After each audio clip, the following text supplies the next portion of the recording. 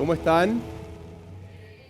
Hey, qué bueno poder verlos, gracias por acompañarnos. Si esta es tu primera vez, bienvenido, bienvenida. Mi nombre es Marcos, soy el pastor de Somos Vida y estamos súper contentos de tenerte hoy día con nosotros. Y a la gente que nos acompaña online, gracias. Espero que pueda estar disfrutando de su fin de semana largo y que no esté en la cama en su casa, ¿ok? Porque si no, ya eso es pecado. No es pecado, mentira. Descanse, aproveche el tiempo. Hey, algo que quiero comentar referente a lo que mencionaba Carla tiene que ver con el 18 de septiembre. Vamos a tener un tiempo de poder compartir aquí, de poder servir en lo que tiene que ver con este lugar y poder hacer varias cosas, limpiar, arreglar y varias cosas como esas. Así que si tú quieres acompañarnos, eres completamente bienvenido. Van a haber muchísimas cosas que vamos a estar haciendo, así que no te pierdas esa posibilidad.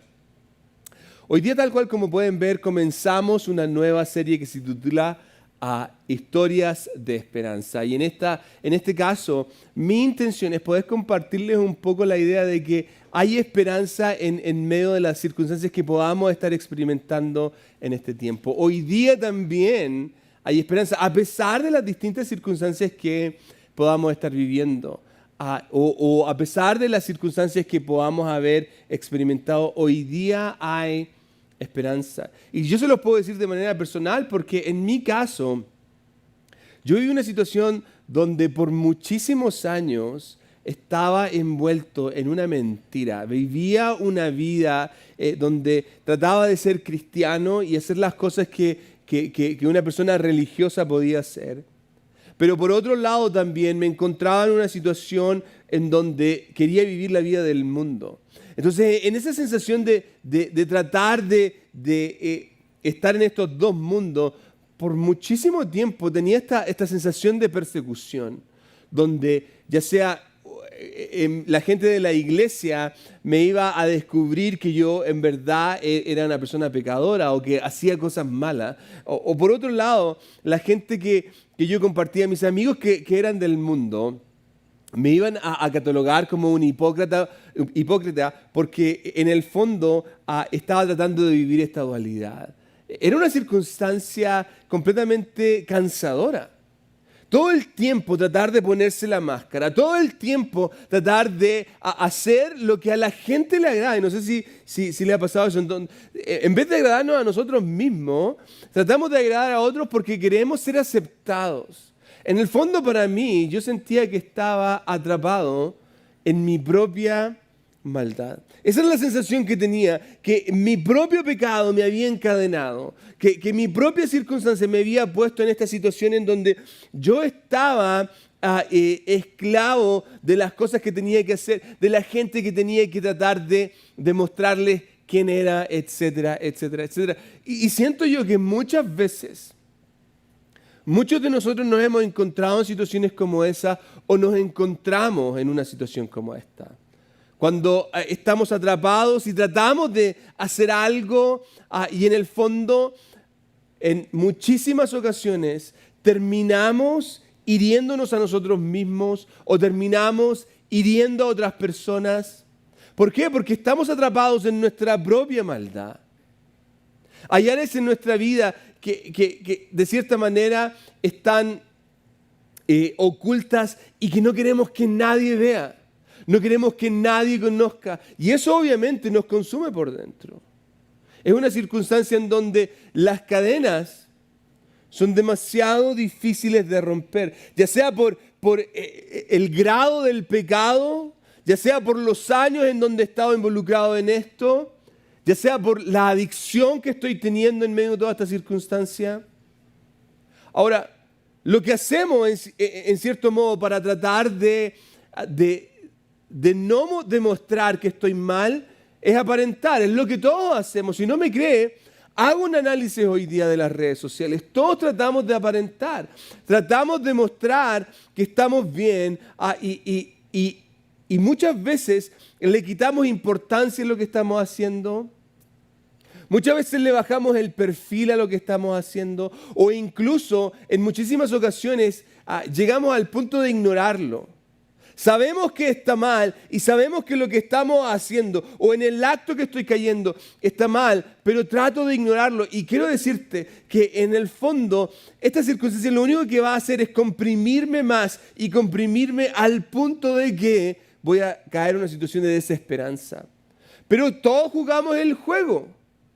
Todos jugamos el juego. Es como esas fotografías del meme donde la persona tiene una idea particular. La idea que yo tengo en mi cabeza es que no todo está bajo control. Todo lo que yo estoy haciendo está bajo control. Esta adicción no me tiene controlado.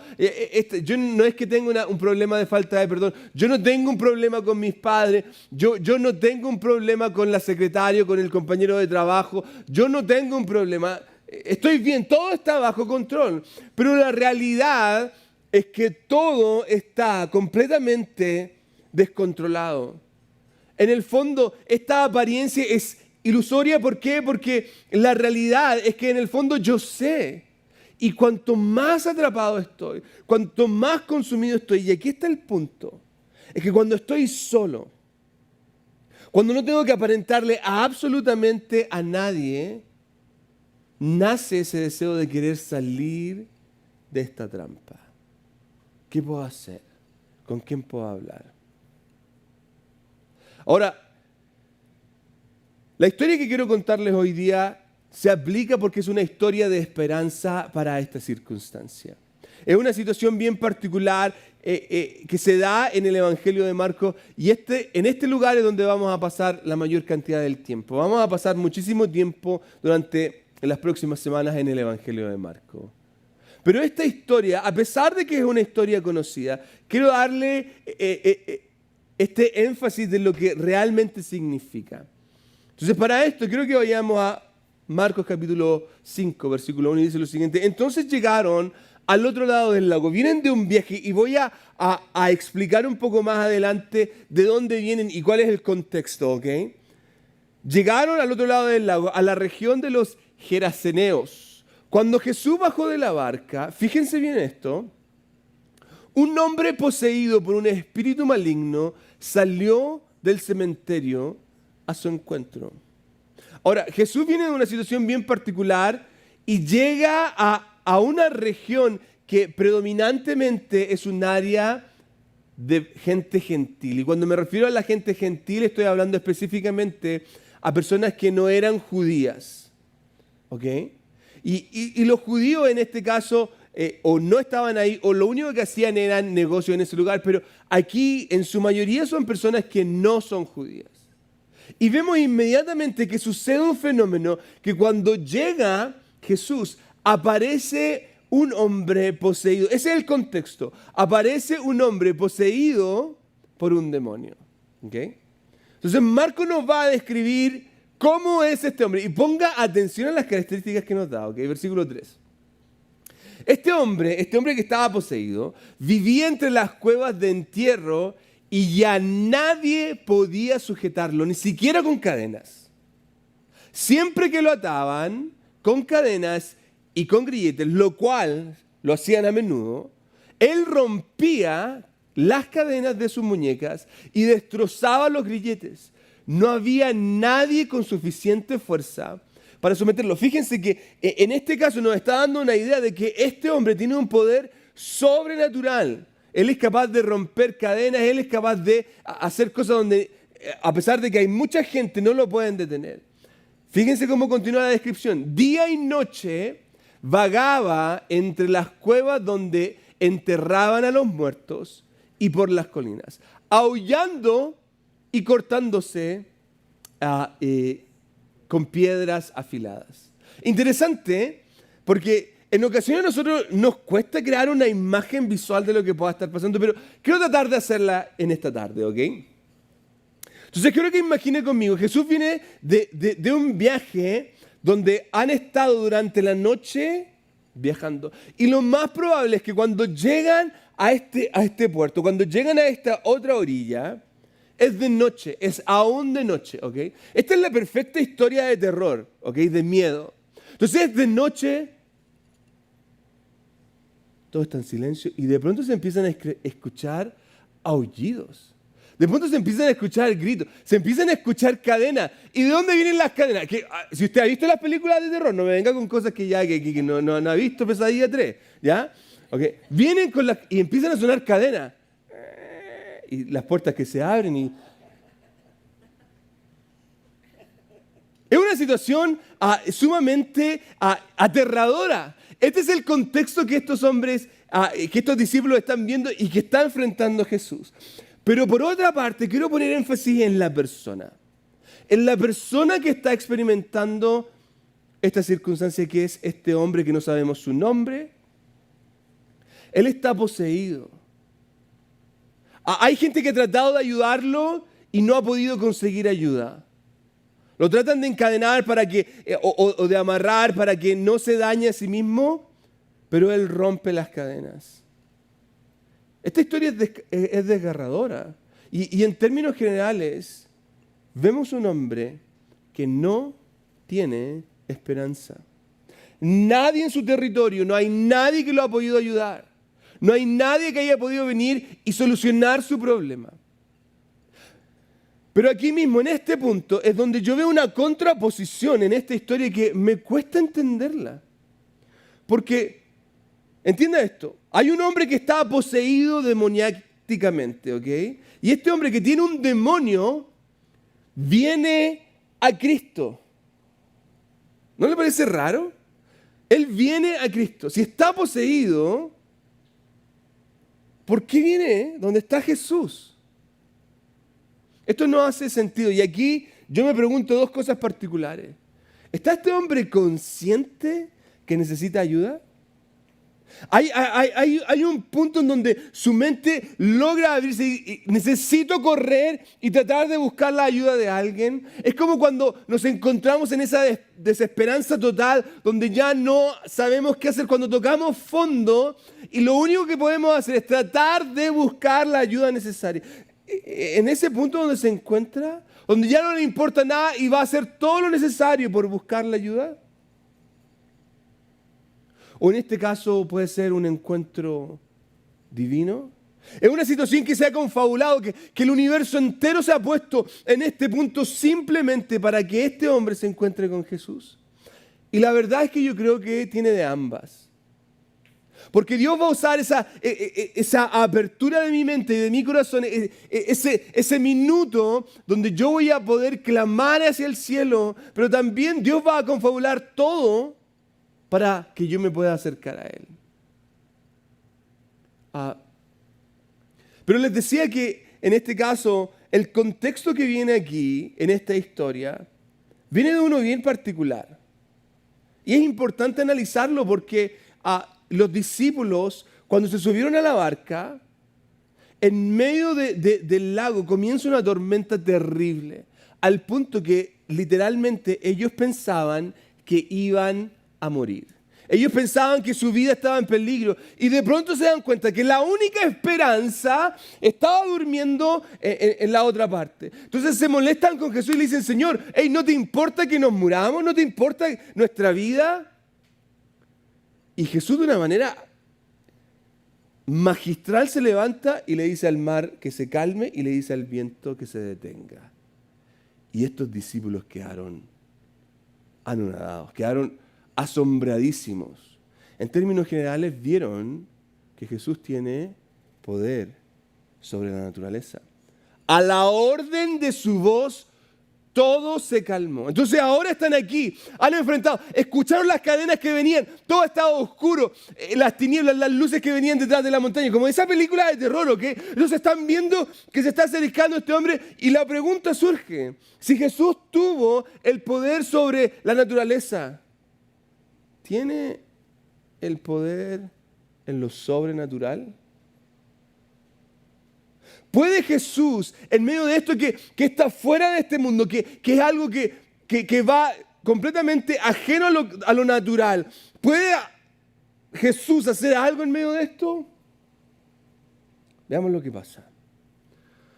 Versículo 6. Cuando Jesús todavía estaba a cierta distancia, el hombre lo vio, corrió a su encuentro y se inclinó delante de él. Y no se pierda esta parte que es importante. Se inclinó. Otras versiones dicen se postró delante de él. Ahora, Marcos hace esta parte sumamente intencional. De hecho, esta es una manera de mostrar la autoridad y el poderío que tiene Jesús. No solamente frente a la naturaleza, sino que en este caso ahora, frente a esto sobrenatural, frente a los mismos demonios. Y es que esta palabra inclinó es la palabra griega proskuneo, que significa adorar. Es una acción de un individuo que se lanza al suelo en reconocimiento que la persona que tiene al frente es una autoridad y yo me someto en autoridad. Fíjense esto, ponga atención, porque lo que está pasando aquí es que este demonio o esta entidad está reconociendo que Jesús está por sobre él. En términos generales lo puse, el demonio está reconociendo la deidad de Jesús.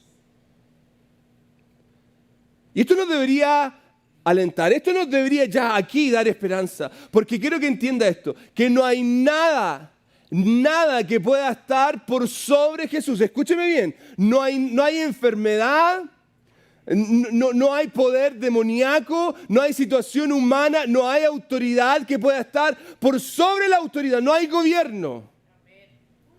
Y yo puedo muchas veces temer al virus, puedo temer a este presidente, puedo temer a este gobierno o a este grupo de personas. Pero quiero que entiendan que cuando yo pongo mi confianza en el que tiene toda la autoridad, nada puede en contra de él. Y eso nos debería dar esperanza. Ahora la historia continúa. Versículo 7. Dando un alarido, cuando este demonio se encuentra con Cristo, gritó: ¿por qué te entrometes conmigo, Jesús? Escúchela, le voy a hacer una recomendación. Baje la aplicación YouVersion y ponga este versículo en la New Living Translation, porque le pone la voz. Digo, ¡ah! ¿Por qué te entrometes conmigo, Jesús? Pero lo dice en inglés, ¿ok? Hijo del Dios Altísimo, en el nombre de Dios te suplico que no me tortures. ¿Se fija cómo este demonio reconoce la autoridad que está por sobre él? Pues Jesús ya le había dicho al espíritu: sal de ese hombre, espíritu maligno. No perdamos de vista lo que está pasando aquí. Este demonio ha atormentado a este hombre por mucho tiempo. No sabemos cuánto es el tiempo, cuánto es la cantidad, es un mes, es un año, no lo sabemos. Pero sí sabemos que la gente ha tratado de ayudarlo, sí sabemos que esta es una historia que es conocida en esta ciudad por mucha gente. Tiene que haber pasado muchísimo tiempo para que algo así se supiera. Ahora Marcos continúa. Entonces Jesús le preguntó: ¿cómo te llamas? Y él le contestó: me llamo Legión, porque somos muchos los que estamos dentro de este hombre. Interesantemente que legión es un término del ejército romano que indicaba una cantidad de soldados, ¿ok? Y aproximadamente una legión estaba compuesta por 2.000 soldados. ¿Se imagina cuántos demonios hay en esta persona? No está diciendo que, no nos está dando un número en particular, que habían 2.000. Lo único que nos está dando a entender es que la cantidad de demonios que había en esta persona eran increíbles. Pero aquí, pongámosle pausa. Póngale pausa un minuto a esta parte que es importante. Porque a veces nosotros miramos esta historia y decimos: yo puedo hablar con los demonios. Yo también hablo con los demonios. Yo he escuchado gente que me dice que habla con el diablo, ¿okay? que le dice al diablo: ya, sálete.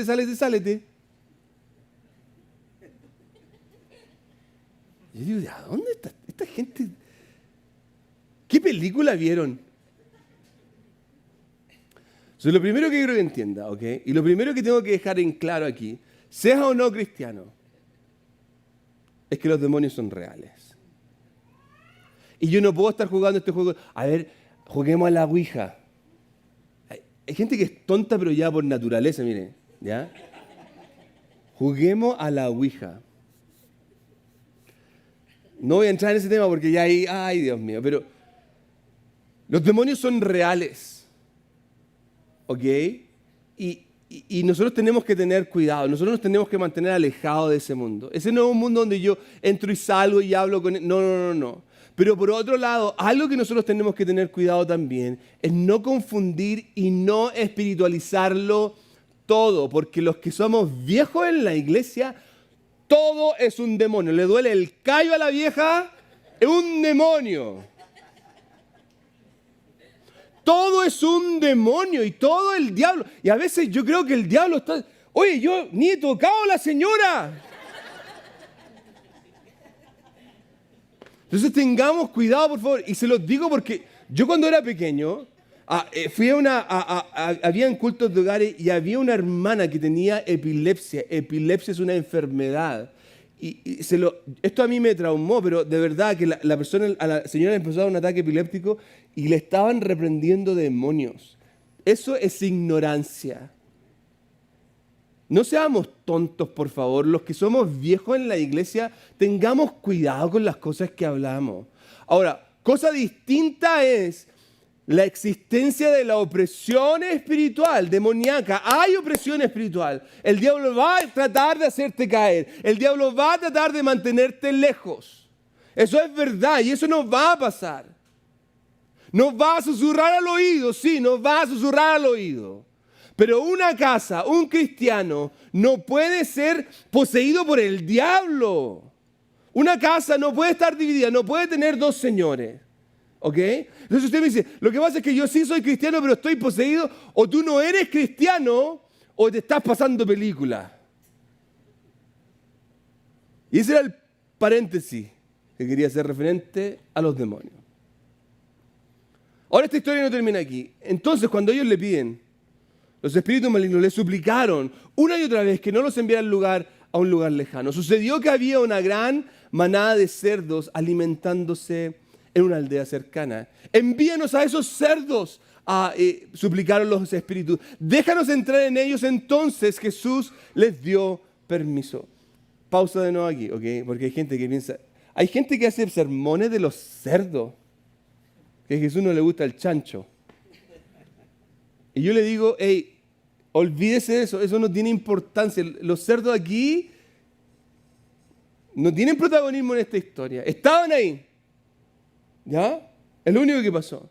Entonces los espíritus malignos salieron del hombre y entraron en los cerdos y toda la manada de unos 2,000 cerdos se lanzó al lago por el precipicio y se ahogó en el agua. Los hombres que cuidaban, en este caso había gente que cuidaba, los hombres que cuidaban los cerdos huyeron a la ciudad cercana y sus alrededores difundiendo la noticia. Mientras corrían, la gente salió a ver corriendo para ver lo que había sucedido. ¿Se fijan como que este es un fenómeno local? Todo el mundo sabe lo que estaba pasando. Y cuando llegamos a este punto, no solo vemos a un hombre que está libre de la opresión demoníaca, sino que también podemos ver el poder y la autoridad que tiene Jesús sobre cualquier demonio. Y aquí tenemos que preguntarnos nosotros, porque esto puede ser una realidad, y no me estoy refiriendo a un encuentro demoníaco, sino que me estoy refiriendo a la transformación de una persona. Cuando yo encuentro una situación como esta, cuando yo escucho una situación como esta, ¿cómo reaccionarías tú? Cuando tú ves que hay alguien que era de esta manera y de pronto su vida se transformó de una manera increíble. Si la historia fuera de alguien que tú conoces, si la historia fuera de alguien cercano a ti que tú has visto, ¿cómo reaccionarías tú? Ahora, lo más probable es que tú reaccionarías alegre y estarías contento de lo que ha pasado, pero miren lo que pasa con esta gente. Versículo 15. Pronto una multitud se juntó alrededor de Jesús y todos vieron al hombre que había estado poseído por la legión de demonios. Todos lo vieron. Se encontraba sentado allí, fíjense las características que nos da ahora, lo opuesto que es, completamente vestido y en su sano juicio, y todos tuvieron miedo. Cuando ven a este hombre que está completamente en su sano juicio, que está bien, que ya no está actuando como antes, al mismo que habían querido ayudar, tuvieron miedo. Entonces los que habían visto lo sucedido, les contaron a los otros lo que había ocurrido con el hombre poseído por los demonios y con los cerdos. Y la multitud comenzó a rogarle a Jesús que se fuera y los dejara en paz. ¿Cómo una situación como esta puede pasar? Ahora, muchas veces tenemos la tendencia a temer a aquello que no entendemos.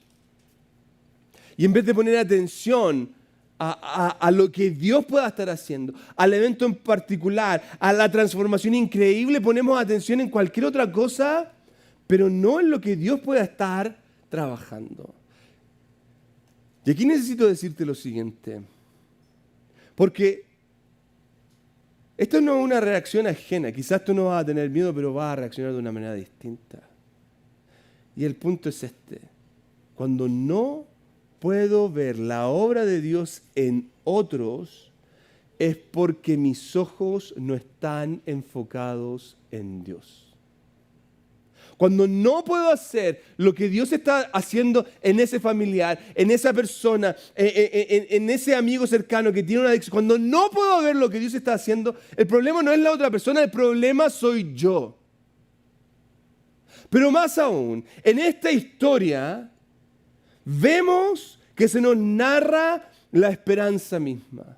A pesar de que la gente no pudo ver el cambio, por su falta de fe, por su temor, hubo alguien a quien Cristo escogió para mostrar su misericordia, para mostrar su amor, para mostrar su poder, para decirle, yo veo tu problema, yo veo tu angustia. Hubo alguien a quien Cristo cambió sus cadenas por libertad. Cristo tenía que ir por ese lugar. Cristo tenía que pasar por esa región por una razón específica. No se trata de mostrar su poder o no se trata en este caso de mostrar cuánta autoridad tiene. No, lo que se trata de esta historia es de que había alguien que solo Jesús, que solo Él podía sanar. Solamente Cristo. Ahora, ¿cuál es la implicancia de esto conmigo? ¿Cuál es la implicancia de esta historia con nosotros hoy día? Esta es la historia de un hombre que estaba perdido y sin esperanza. Y esto tiene que tener una implicancia para nosotros porque o yo estaba perdido o me encuentro perdido. Este es un hombre que estaba atrapado por el poder de Satanás y su encuentro con Cristo le dio libertad y nueva vida. Ya no es el hombre que se hiere, ya no es el hombre atormentado, ahora es un hombre libre. Eso fue lo que me pasó a mí, eso fue lo que le pasó a muchos de nosotros. Yo estaba perdido, yo estaba atormentado, yo estaba en las tinieblas, pero Él vino, me llamó por mi nombre y me hizo libre. Y esto es lo que puede pasarte a ti también. Esta es mi historia, esta es tu historia. De hecho, yo siento que en esta pequeña narración se nos muestra el Evangelio mismo. Porque nosotros estábamos muertos en nuestros pecados, pero Cristo nos dio libertad en la cruz. Y cuando miro la cruz tengo esperanza, porque veo el perdón de toda mi maldad, de la que hice y de la que voy a hacer. Toda mi maldad encuentra perdón delante de aquel que entregó el sacrificio máximo. Por lo mismo, quiero que entienda esto. Y hay alguien que pueda estar aquí hoy día que necesita saber lo siguiente. Tu tormento es la razón de su sufrimiento. El tormento que tú puedas estar experimentando, esa angustia que solamente tú puedes ver cuando estás solo, cuando estás sola, es la razón por la cual Cristo murió en la cruz.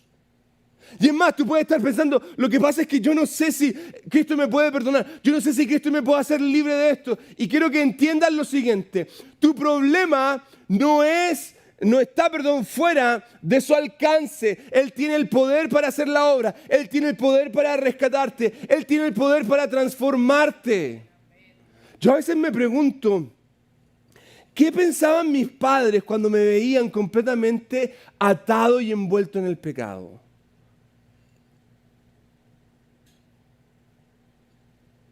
¿Qué habrán pensado? Quizás sus brazos se caían, quizás había desesperanza en ellos, pero hay algo que nunca dejaron de hacer. Nunca dejaron de orar. porque ellos entendían eso. Mi condición, mi situación no estaba fuera del alcance de Cristo.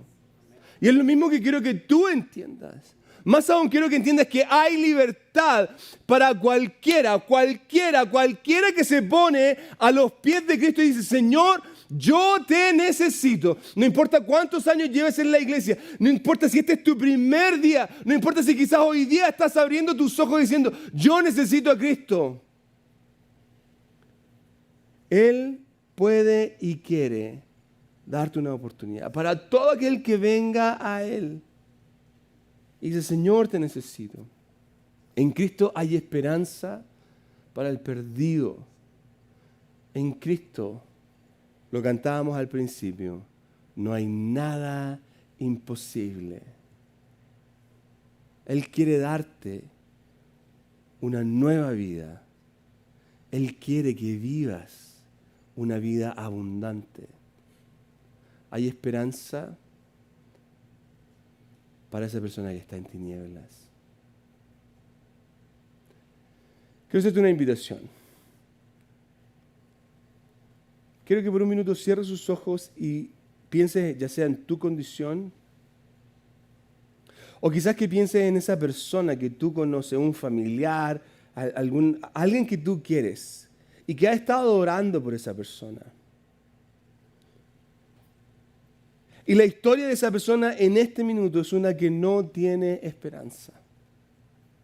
Y a veces incluso el miedo comienza a tomar control porque tú te preguntas, ¿qué irá a pasar con él? ¿Qué irá a pasar con ella? Quizás ahí tú estás pensando, ¿qué va a pasar conmigo? ¿Tengo yo esperanza?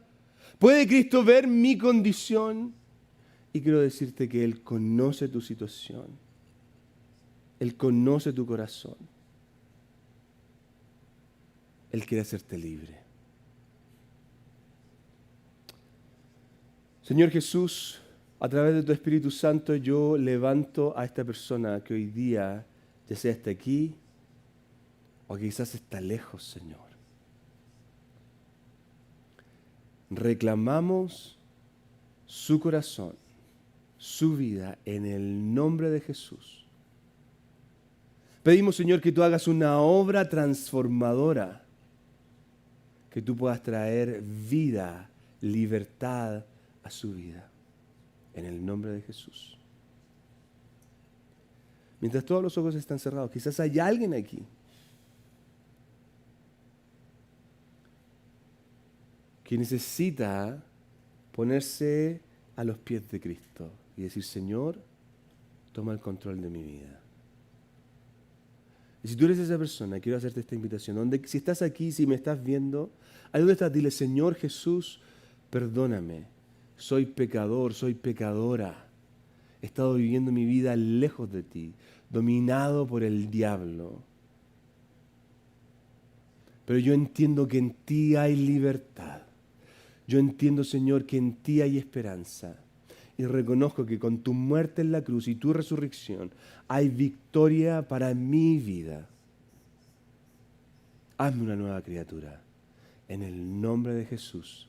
Amén y amén. Demos un aplauso a los que hoy día han dado este paso. Gloria a Dios. Y quiero invitarlos a que se pongan de pie. Vamos a terminar.